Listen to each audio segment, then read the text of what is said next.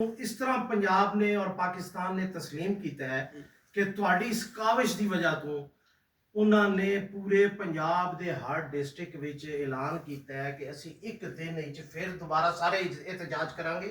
एक दिन विच पूरे पंजाब विच हर अपने अपने शहर और ओदा सेहरा इस एहतजाज का सेहरा जिहड़ा और रावलपिंडी एसोसीएशन और इनू खुले दिल नाल सारे ने मनिया। ठीक है जी। वो हुण स्पैशली स्पोर्ट्स जिहड़ा ट्रेडिशनल स्पोर्ट्स बोर्ड है ਉਹਦੇ ਚ एप्लीकेशन दे के कि असी पूरा मन एहतजाज पूरे पंजाब विच करना चाहते हैं और डिस्ट्रिक्ट वाइल्ड लाइफ अफसर के दफ्तर के सामने करना चाहते हैं। और उसके बाद अगर जिस तरह तुहाडे भरावां दे कोल मीडिया नाल अच्छे मरासम ने तो उत्थे कोई बंदा प्रेस कॉन्फ्रेंस भी करना चाहे अच्छे अंदाज विच रिक्वेस्ट दे लहजे क्योंकि असी गवर्नमेंट नाल हालत जंग विच नहीं जाना चाहते, असी अपना मसला हल करना। ठीक है, काम हुआ है जी, बिल्कुल ऐसे ही। बाकी भाईजान असी ग्रुपां दी डिवीजन विच जरूर हां, लेकिन शौक ते साडा एक है। सानू ये जिस दिन एहसास हो जाएगा ना कि शौक साडा एक है ते फिर साडे मसले भी हल हो जाएंगे। सानू दिल नू वड्डा रखना चाहिए। मैं अपनी एक गल आज शेयर करना। 1996 विच साडा तितर मियां वाले विच फर्स्ट आया 273 या 74 वाला करके।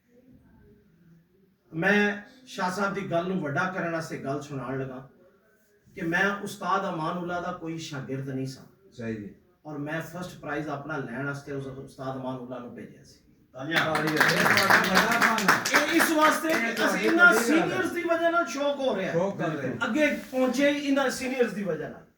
जिसले तुसी सीनियर्स नू इज्जत दियोगे ते तुहानू अल्लाह ताला डबल नहीं कई गुना ज्यादा दे। और जिस मकाम ते मैं है मैं ते इस काबिल नहीं सा।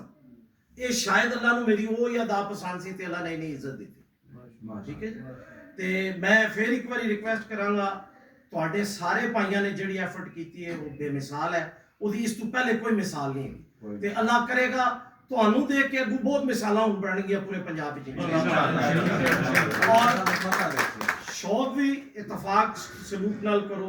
मैं वो बंदा वां जिहदे ते बहुत सारे ब्लेम होंदे सन कि मैं शौक खराब करने वाला पटवारी पता है। मैं हल्फन कहना कि मैं अकबर शाह साहब मेरी गवाही देंगे, फरद शाह साहब मेरी गवाही देंगे। उसके बाद नया लड़का है राजा वासिफ, मैं उन्होंने फ्री हैंड दिता सी कि तुसी जो फैसला करोगे ना शौक वधाण वाला मेरे को पूछना भी नहीं, मेरी तरफों आन है। तुहानू हमेशा दिल वड्डा करोगे तो शौक अगे जाएगा। असी जितना छोटा दिल करांगे उतनी खराबियां होणगियां कि हसिया क्यों मैंने सलाम नहीं किया, गल्लां छोड़ दो। ये कच्ची दे बच्चों दी गल्लां ने। हाँ, किसी भरा नू कोई किसी नाल शिकवा होवे ना उसकी बेहतरीन हाल है कि तुसी उन्हें फोन कॉल करो कि भाईजान है शिकवा हो सकता है उन्हें गल कुछ होर कीती होवे तुहाडे तक पहुंचण तक वो गल कुछ होर हो। ये खाली मैं ये नहीं कह रहा, मैं अपने दोस्तों भी कह रहा अगर तुहानू किधरे कोई गिला शिकवा है तो डायरेक्ट कॉल करके करो।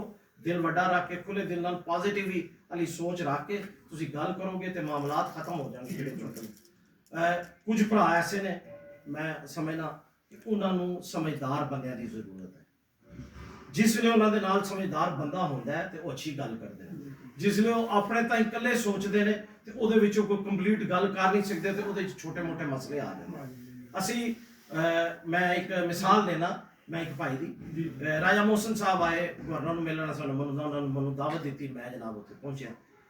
वो शुरू तो स्टोरी कर लैके चल रहे सन बंद। मैं उन्होंने आख्या नहीं नहीं नहीं असी ये नहीं करते, असी करने जिथे प्रपोजल बनी है ना लाइसेंस खोलने वास्ते उस प्रपोजल तो अगे की गल करो गवर्नर साहब नाल कि ये जनाब प्रपोजल बन के काम रुक क्यों गया है, इसनू अगे चलाया जाए।